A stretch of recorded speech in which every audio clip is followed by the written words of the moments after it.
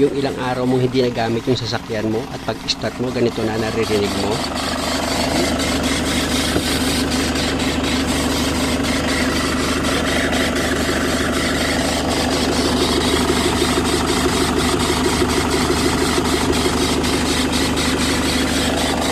Narinig nyo mga boss, big deal na kay customer yung problema na yan.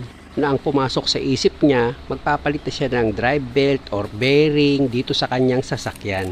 Kaya inisip niya, gastos na naman daw. Pero ako, never ko munang iisipin nagagastos ang isang customer. Imbestigahan ko muna maigi yan syempre. I-check ko maigi kung saan talaga nanggagaling yung ingay at kung kailangan na mapalitan yung parts. Switch off ko muna itong makina mga boss para ma-check ko yung sinasabi ni customer na pinanggagalingan ng problema. Sabi niya kasi sa akin, ang inimbestigahan ko siya, minsan daw nawawala yung ingay. Pag ganun mga boss, walang sira yan. Nang chinek ko naman itong drive belt niya, pati yung mga bearing dito sa sasakyan niya, is okay naman siya. Wala naman akong nakitang kakaiba.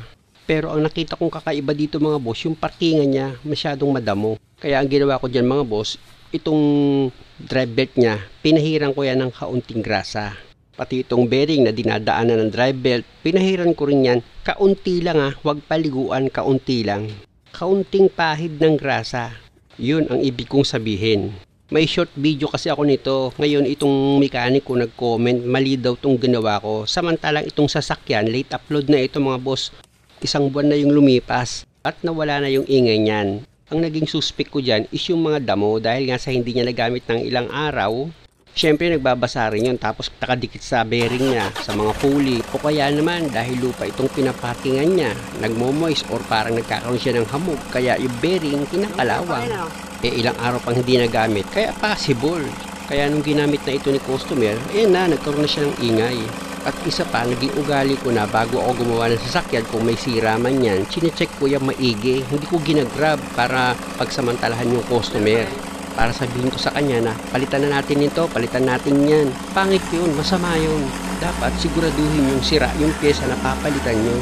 Tandaan nyo, hindi lahat ng may sasakyan may nakahandang pera. Balik na nga ako dito sa ginagawa ko mga boss para ma-check ko na itong ingay. Kasi mas malakas ang ingay niya pag nandito ko sa passenger side Mas dito ko siya naririnig. Kahit nga si customer, hindi niya rin daw naririnig masyado sa loob. Pero pag dito sa mga passenger side, naririnig niya na yung ingay. Kaya ang gagawin ko dyan mga boss, ipa-start ko na kay customer itong sasakyan niya para magkaalaman na. Dalawa lang naman pwedeng puntahan yan Pag may ingay, gastos. Pag nawala, o di swerte, ganun lang.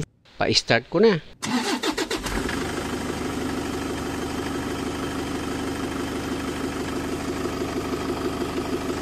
O ano mga boss, di ba nawala yung ingay niya? Ang tagal kong ang tagal yan na naka-video ko. Inaabangan ko lumabas yung ingay. Pero sa awa naman ng Diyos, nawala. Pinalipat ko nga si customer ng pwesto mga boss Tingnan nyo, lumiwanag, di ba? Sa arawan namin tinignan, baka mamaya bumalik. Halos 1 oras namin inobserbahan yan mga boss para malaman namin kung talagang nawala yung ingay niya. Kung makikita nyo, binuksan na nga ni customer itong hood niya para daw sumingaw yung init dahil nga sa matagal nang umaandar itong makina. Kaya sabi ko naman sa kanya, switch off ko muna itong makina para sigurado tayo. Tapos maya maya i-start ko rin yan para magkaalaman talaga kami ni customer kung meron pa siyang ingay or wala na. Ganon. O start ko na yan mga boss After ko ma-start yan mga boss, babalik ulit ako dito sa pwesto ko, dito sa passenger side. Kasi dyan nga lumalabas yung ingay na mas malakas Kaya dapat dito tayo pwesto mga boss para mas marinig ko at marinig nyo rin kung talagang wala na. O diba? Narinig nyo naman. Wala na siyang ingay. Wala na, di na talaga lumabas. Wala rin tunog Buti nakuha, akala ko sa bearing na talaga Nawala Grasa lang pala katapat. Alam nyo mga boss, maraming beses na ako naka-encounter ng ganyang problema. At sa ginawa ko, wala namang nasira. Naayos pa nga Okay na mga boss, maraming salamat sa panonood. Muli mga boss, maraming salamat sa panonood. Sana nakakuha kayo ng idea. At kung maaari, huwag nyo naman sanang kalimutang mag-subscribe sa channel ko. Pa-like na rin kung okay lang sa inyo. Maraming salamat.